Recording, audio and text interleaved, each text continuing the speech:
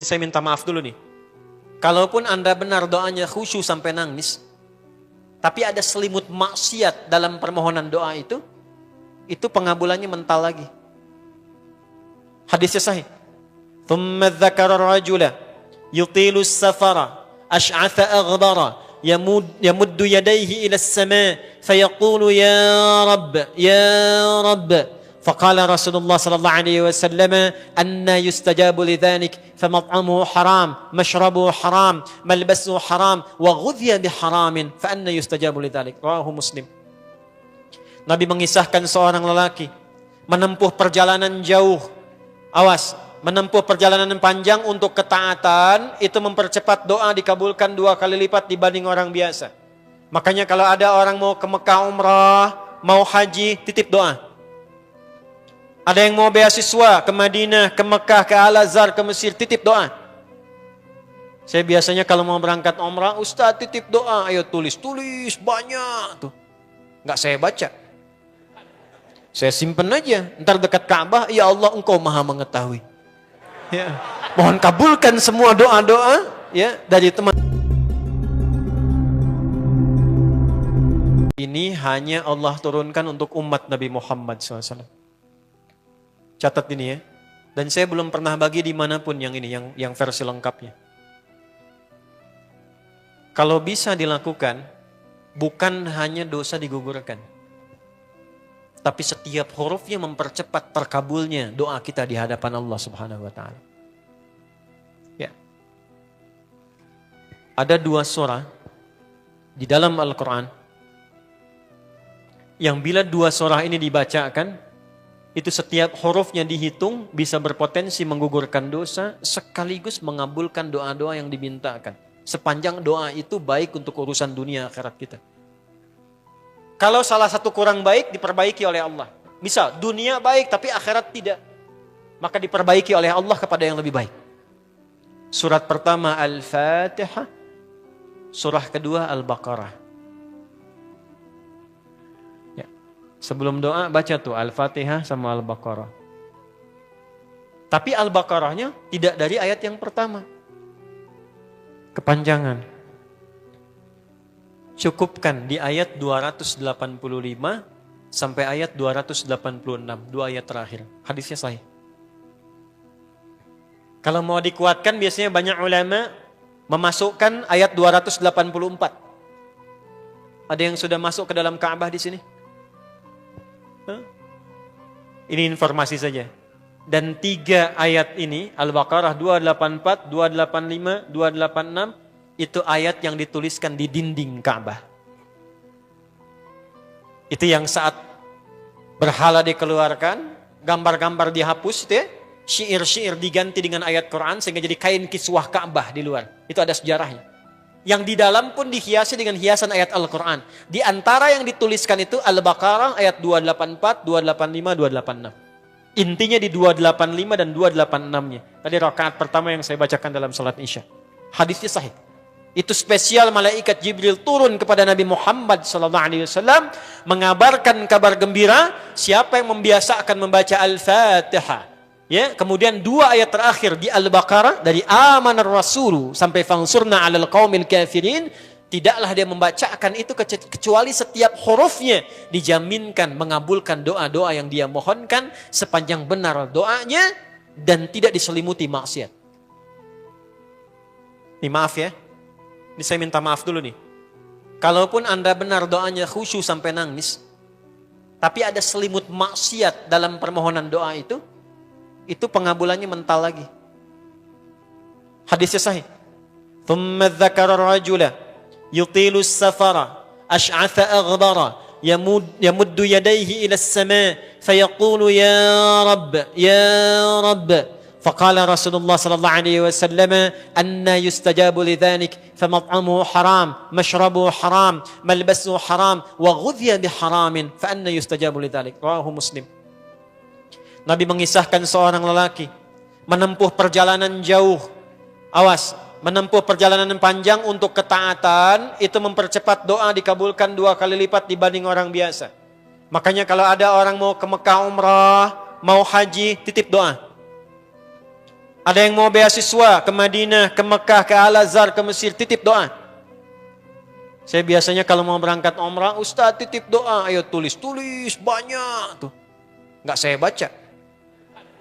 Saya simpen aja, ntar dekat Ka'bah, ya Allah engkau maha mengetahui. Ya.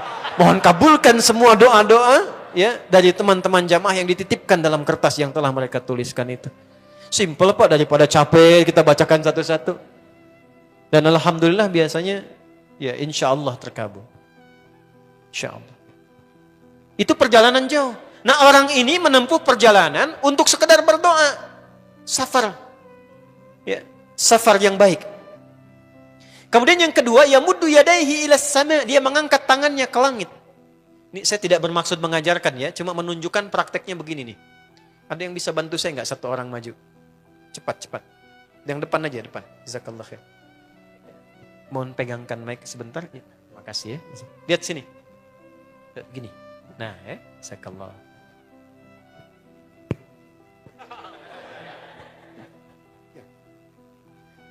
Nah, gini ya. Ini tangan. Lihat telapak dua ya. Berdoa itu sesuai porsinya dan ikuti caranya Nabi. Kalau doanya formal dalam sholat dan diikat dengan gerakan, jangan kreatif. Ikuti seperti Nabi yang contohkan. Misal dalam sholat, shollu kama ra'aitumuni usolli. Sholatlah seperti kalian melihat aku sholat. Nanti ada 3 posisi atau sampai 4 posisi dalam sholat yang mempercepat terkabulnya doa. Posisi puncaknya sujud. Hadisnya sahih. Inna ma aqrabal abdi min rabbihi wa huwa sajidun fa'akthirud doa. Keadaan terdekat antara hamba dengan Rabbnya adalah saat sujud. Maka perbanyak doa saat sujud.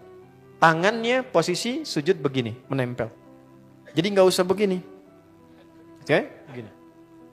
Nah ini di luar sholat. Di luar sholat kalau berdoa tangan begini. Lihat baik-baik ya. Ini kitabnya agak banyak, bahasanya panjang. Saya berikan yang simpelnya saja ya. Baik. Ini kan teman-teman telapak yang kanan, yang kiri ya. Padukan begini. Ya. Lalu setiap Anda kan pasti punya garis yang kanan dengan garis yang kiri. Ada kan? Itu membentuk keseimbangan. Oh, ini bukan ilmu otak-atik ya. Ini ada sanadnya nih. Pertemukan 2 garis itu sehingga seimbang tangan ini. Tuh. Ini masalah sederhana tapi poinnya penting sekali. Sudah?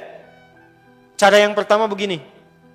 Ini di luar sholat dan bukan dalam posisi saat istisqa, saat minta hujan.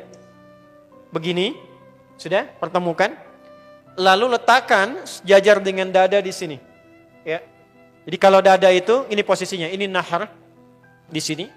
Ini ada rongga dari bagian atas dengan perut, ada rongga kosong.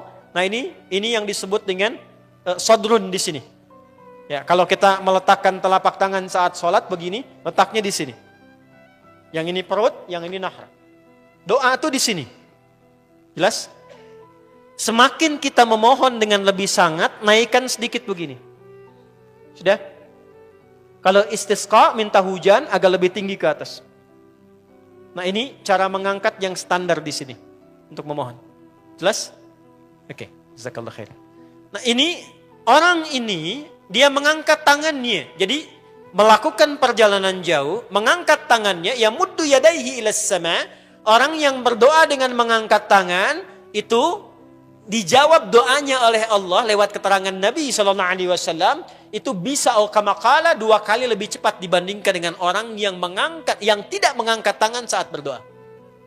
Di Anda cuma sekedar doa dengan mengangkat begini, itu lebih cepat potensi dijawabnya dengan mengangkat doa. Ada seorang bertanya pada Nabi SAW, hadis sahih, ya Rasulullah, bagaimana pendapatmu dengan seseorang yang meminta kepada Allah dengan mengangkat tangan al-kamakala? Lalu Nabi mengonfirmasi, bertanya balik, bagaimana kalau ada seseorang memohon kepada Anda dengan mengangkat tangannya? Pak, tolong Pak, tolong Pak, tolong. Gitu kan? Di depan rumah Anda, 1 jam begitu Pak, tolong Pak. Kira-kira Anda beri atau tidak? Beri. Minimal kalau Anda nggak punya kemampuan, Anda referensikan atau beri sesuai kemampuan Anda kan? Angkat tangannya. Dia jawab, saya malu kalau nggak ngasih. Apa kata Nabi? Innallaha hayyun karimun. Allah itu lebih punya sifat peka untuk merasakan malu pada hambanya kalau dia tidak memberi ketika hambanya mengangkat kedua tangannya. Nah, nanti ada beda-beda posisi saat khatib Jumat misalnya satu begini untuk khatib. Makmum mengangkat dua tangan. Yang ketiga dia mengatakan ya Rabb, Asmaul Husna. Doa yang dibuka dengan Al-Asmaul Husna itu dijawab 2 kali lebih cepat dibandingkan dengan doa yang langsung dimohonkan kepada Allah. Itu perintah. Tahu Nabi Zakaria? Nabi Zakaria apa ujiannya? Diuji oleh Allah, hidup demikian lama sampai rambut memutih, fisiknya letih, istrinya divonis secara medis, maaf, monofos dan mandul. Kata medis gak mungkin punya keturunan. Maka beliau berdoa kepada Allah dan dalam doanya dimulai dengan Al-Asmaul Husna. Sebelum sampai ke doa itu di Ali Imran ayat 38 sampai 39, buka dulu Quran surah 17 Al-Isra ayat 110. Ini perintah langsung dari Allah. Qulidullah awidur rahman ayyamma tad'u falahul asmaul husna. Quran surah ke-7 ayat 180. Walillahil asmaul husna fad'uhu biha. Fad'u biha. Qulid Allah, kalau engkau punya masalah hambaku, dan tidak ada di dunia ini yang tidak punya masalah. Quran surah kedua ayat 155. Wala nabluwannakum bisyai. Setiap yang hidup itu, aku pasti akan uji dengan masalah. Itu kata Allah. Jangan disimpan sampai di situ, teruskan. Bukan untuk membebani hambaku dengan masalah, tapi untuk menaikkan kualitas hidupnya sehingga menjadi lebih baik. Jadi ketika Allah titipkan masalah itu, bukan ingin membuat kita bermasalah. Tapi dengan masalah itu kita diuji supaya kualitas hidup kita menjadi lebih baik. Ini Anda yang kuliah di UPI di sini, ada ujian nggak? Ada. Untuk apa ujian itu diadakan? Supaya bisa melihat kualitas peningkatan ilmu Anda dari masuk sampai naik tingkat. Kalau nggak ada ujian, nggak kelihatan kualitasnya bertambah. Logikanya begitu. Dan tidak mungkin Allah menguji seorang hamba di luar batas kemampuannya. La yukallifullahu nafsan illa. Jadi nggak ada orang yang hidup yang tidak punya masalah. Karena rumusnya mengatakan hidup berbanding lurus dengan masalah. Yang hidup pasti punya masalah. Yang tidak ingin punya masalah, tidak ingin hidup. Karena orang yang tidak hidup, yang hilang masalahnya, selesai hidupnya. Baik. Siapa yang tidak ingin punya masalah? Angkat tangan. Baik. Siapa yang ingin punya masalah? Alhamdulillah. Baik. Yang lain wallahu a'lam. Nah, kulit Allah kalau sedang diuji masalah, kan yang ngasih siapa? Yang nitipkan siapa? Yang punya solusinya siapa? Kalau Anda tahu yang punya solusinya Allah, kenapa curhatnya bukan kepada Allah? Kan sudah dicontohkan di Quran, kalau punya masalah curhatin ke Allah. Quran surah 12 ayat 86, sejak era Nabi Yakub, masalah di rumah tangga, anak bermasalah curhatnya pada siapa? Allah. Innama ashku bathi wa huzni ila Allah. Aku tuh kalau punya masalah, sesedih apapun, curhatnya Allah. Bentangkan sajadahmu, curhatkan dalam sujudmu, tingkatkan takwamu. Wa may yattaqillaha yaj'al lahu makhraja. Quran surah 65 di akhir ayat yang kedua. Bentangkan sajadahmu, curhatkan, habiskan dalam sujudmu, keluarkan tangismu. Sehingga bebannya jadi ringan. Walaupun solusi belum datang, hatinya sudah tenang. Yang diperintahkan panjangkan sajadahmu, bukan panjangkan statusmu. Kita sudah tahu ayatnya, paham ketentuannya, tapi kenapa prakteknya ditumpahkan di Instagram, di Facebook, bikin vlog di YouTube, hanya untuk curhat saja.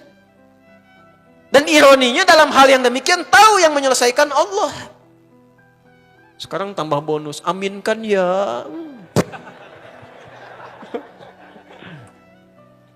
Yang mengaminkan doa ini mudah-mudahan dihilangkan masalahnya. Puguma mana yang ada bermasalah kayaknya di dia. Itu gimana? Kumaha tuh ya teh? Paham? Curhatkan sama Allah. Nah, bagaimana mintanya? Sebut namanya ya Allah. Awidur Rahman. Kalau kita ingin minta lebih cepat, minta dengan kelembutan Ar-Rahman. Rahman itu bisa disebut namanya ya Rahman, bisa cari cara mintanya yang paling lembut, yang menyentuh. Allah senang dengan kalimat yang menyentuh. Misal ya. Kembali ke Nabi Zakaria tadi. Al-Quran surah 3 ayat 38. Hunalika da'a Zakaria rabbah. Qala rabbi habli min ladunka dzurriyyatan thayyibah. Innaka sami'ud du'a. Ya Allah, hamba-hambamu itu telah menghukumi aku dan istriku tak akan mungkin punya keturunan. Sedangkan engkau yang maha pemberi tanpa punya batasan. Mereka mengatakan istriku punya keterbatasan. Maka aku memohon kepadamu yang pemberianmu tak ada batasan. Mohon ya Allah anugerahkan keturunan dari sisimu saja ketika mereka mengatakan tidak mungkin itu punya.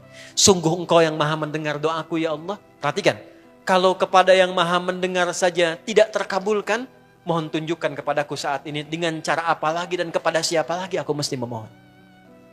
Itu dalam banget.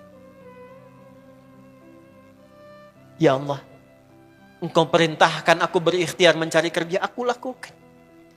Engkau perintahkan mengeluarkan keringatku dengan cara yang halal, aku kerjakan ya Allah. Engkau perintahkan aku jauhi yang engkau larang, aku lakukan ya Allah. Sekarang aku telah berikhtiar dari sejak keluar, aku telah menunaikan sholat subuh seperti yang engkau maha mengetahuinya. Dan menjelang malam aku mengadukan bahkan di rumahmu ya Allah hanya untuk sesuap nasi bagi istri dan anakku dari yang halal itu. Aku telah melakukan apa yang engkau perintahkan, aku hanya memohon apa yang telah engkau janjikan. Kalau dengan semua ikhtiar yang aku kerjakan sampai detik aku bersujud di hadapanmu di rumahmu ini belum kau kabulkan, mohon tunjukkan kepadaku di malam ini ya Allah dengan cara apa lagi mesti aku memohon kepadamu. Minta. Pernah enggak begitu mintanya? Itu rahmat.